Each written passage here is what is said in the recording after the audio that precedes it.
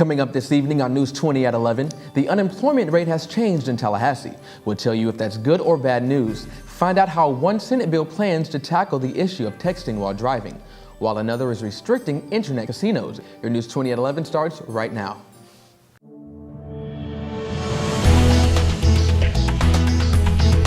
From the highest of 7 hills in Florida's capital city, covering every corner of the Big Bend, this is the award-winning News 20 at 5, live. Good evening, I'm Donovan Long, and welcome to News 20 at 11. Downtown Tallahassee will be receiving a new arrival this October. The mega complex, Cascade Park, will cover 20 acres of land and has an estimated net worth at $30 million. The amphitheater within the park is expected to seat thousands. This project is also used to prevent water from flooding the area. The plan will help with water drainage around Franklin Boulevard. According to some residents, this area is known for high amounts of flooding. This whole area down here would flood. We'd have water up on our grass, come up over the curbs of the street. All of this, a lot of times they had to close the street off because the water just got too deep, especially out in the middle. City would come down and put up signs. Tax dollars are the main source of funding for the park. An additional $4 million are being used for grants and private donations. Increasing enrollment in class size limits has caused some Leon County schools to expand. Portable classrooms are used to accommodate the state-imposed limit that causes lower class sizes. Leon High School Vice Principal Sarah Hembry says she is not pleased by the decision. Although we have fewer kids in classrooms, we have less classes that we're able to offer. I have less ability to offer new courses, and sometimes I can't offer the courses that my kids actually want. According to the legislature, they would like to see more individualized instruction. Lack of funds and space has required thousands of teaching units to disappear. While class size increases, the unemployment rate in Tallahassee is decreasing. Jamie Shute tells us more on the story. Tallahassee's unemployment rate dropped to 2 percentage points last Friday. Governmental jobs, such as the police, are being cut, and more private sector jobs, such as Hungry Howie's, are being added to help lower the unemployment rate. CEO Kimberly Moore of unemployment agency Workforce Plus thinks her company has something to do with the low numbers. Workforce Plus plays a key role in our economic recovery as well as sustaining, once the unemployment rate is low, sustaining that. Workforce Plus, along with other community partners, I believe create the framework for what we've seen. Moore's company hosted a job fair January 19th that brought around 2,000 potential future employees. Many worked on resumes, filled out applications, and walked around to talk to potential employers. Home Depot's District Home and Research Manager, Tim Sertivan, talks more about the jobs that are available in Tallahassee. Because people that are looking for jobs, we're as an employer, we have them available, and it's nice to be able to get us all together in one place and just get the good candidates with the employers. As Governor Rick Scott continues to increase private sector jobs, companies will ultimately need more help. As companies continue to hire, agencies like Workforce Plus will continue to help people find jobs and lower the unemployment rate here in Tallahassee. This is Jamie Shute reporting FAMU TV 20. For more information regarding employment in this Tallahassee area, visit our website at famutvnews.com. Senate Bill number 52 is being proposed to stop texting while driving in the state of Florida. Drivers will still be allowed to use their phone for GPS and other similar services. Florida is only one of 5 states without this bill. This would be a secondary offense, allowing officers to ticket someone only after their first offense, and fine of $30 will be given for their first offense. According to state records, electronic distractions caused 145 deaths in the year 2011. Mail will not be delivered on Saturday starting the week of August 5th. Store hours will remain the same and packages will continue to also be delivered.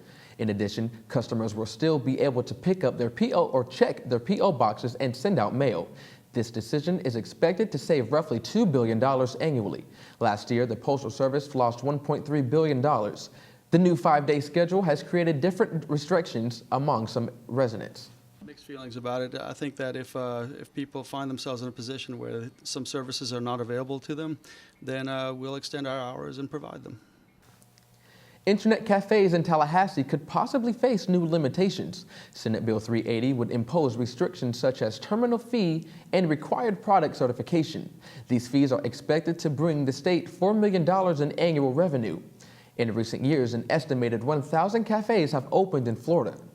Internet cafes are projected to employ nearly 13,000 workers in the state. Straight ahead, find out what city is proposing a new twist on mandatory gun laws. Stay tuned, you're watching News 20 at 11.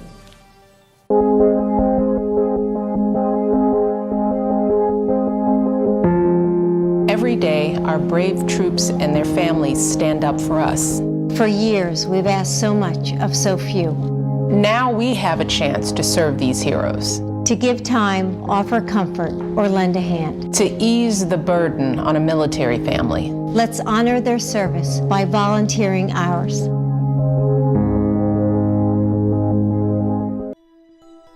Remember when imagination could take us anywhere? It still can.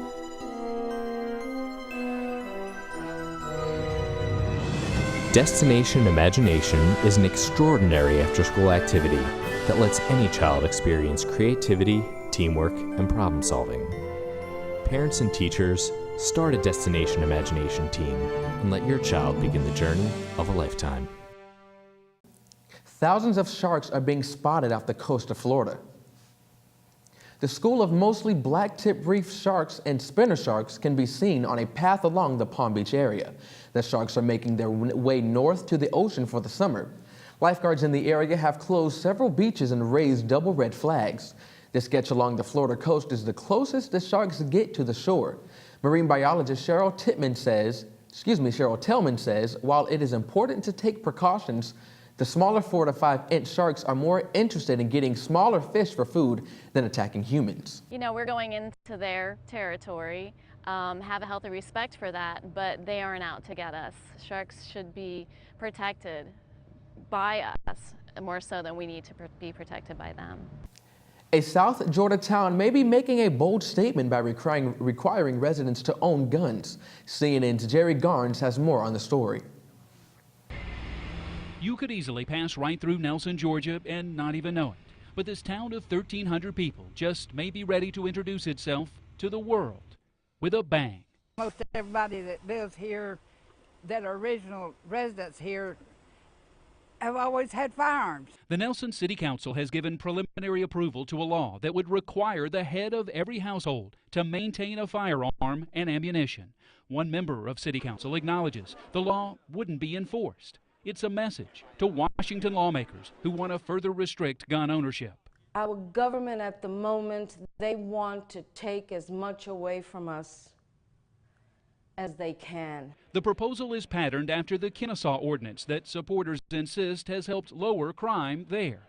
If city leaders in Nelson give their version final approval, people like felons and paupers would not have to own a weapon, as well as anyone opposed to maintaining firearms. Still, Nelson's Lamar Kellett says his town is going too far. I mean, what's the point?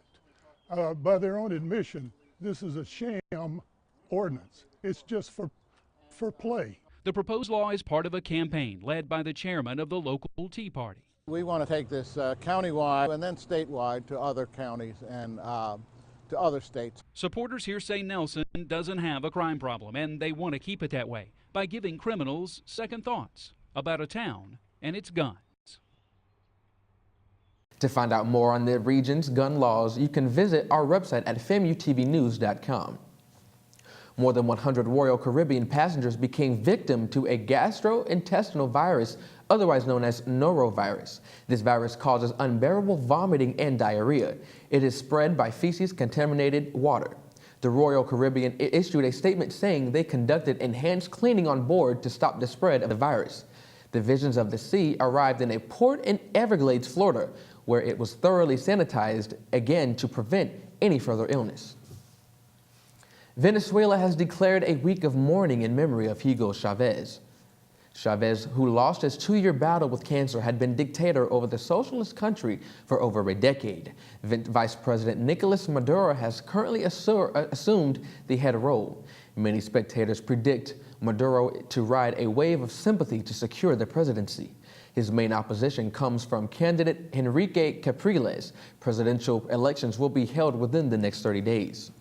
12 defendants in the FAMU hazing case now face upgraded charges of manslaughter. The charges carry a maximum of 15 years in prison. The parents of Robert Champion spoke out about hazing at a recent press conference. The word hazing itself does not depict what has been done to my son or any other individual. The word hazing itself puts a very light turn. As you can see, sometimes people don't take it as seriously as what it is. But it certainly is much more serious. The atmosphere surrounding the Korean peninsula is becoming increasingly tense.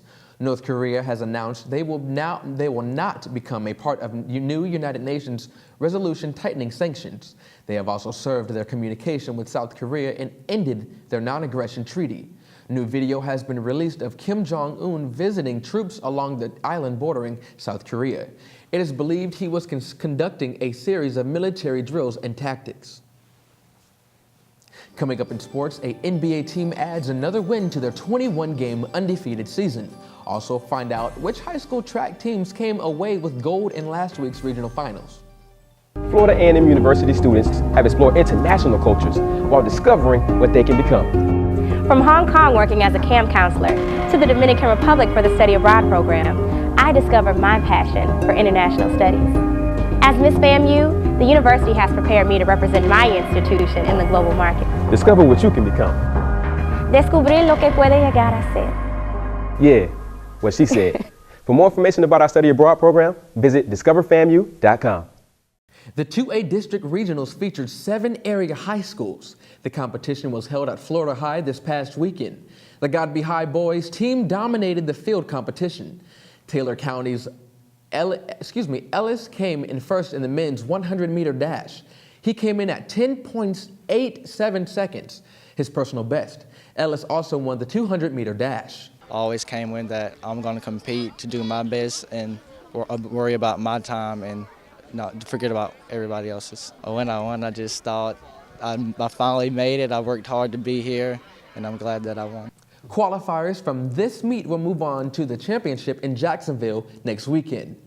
The Florida State women basketball team came up short in a loss against the UConn Huskies. UConn player Maya Moore dominated inside the paint early on in the first half. The final score was 48-71. The Miami Heat continues their winning streak against the Milwaukee Bucks from a 107-94-point victory. The Heat aggressively played defense and attacked the basket, giving them a 17-18 run against the Bucks in the second quarter. The Bucks began to climb back in the fourth quarter, but the Heat proved to be overpowering. The two teams will face off on April 9th. And finally, an Oklahoma high school basketball coach wins $20,000 for making a half-court shot. Heath Kafal made the winning shot during the Oklahoma City Thunder versus LA Laker game.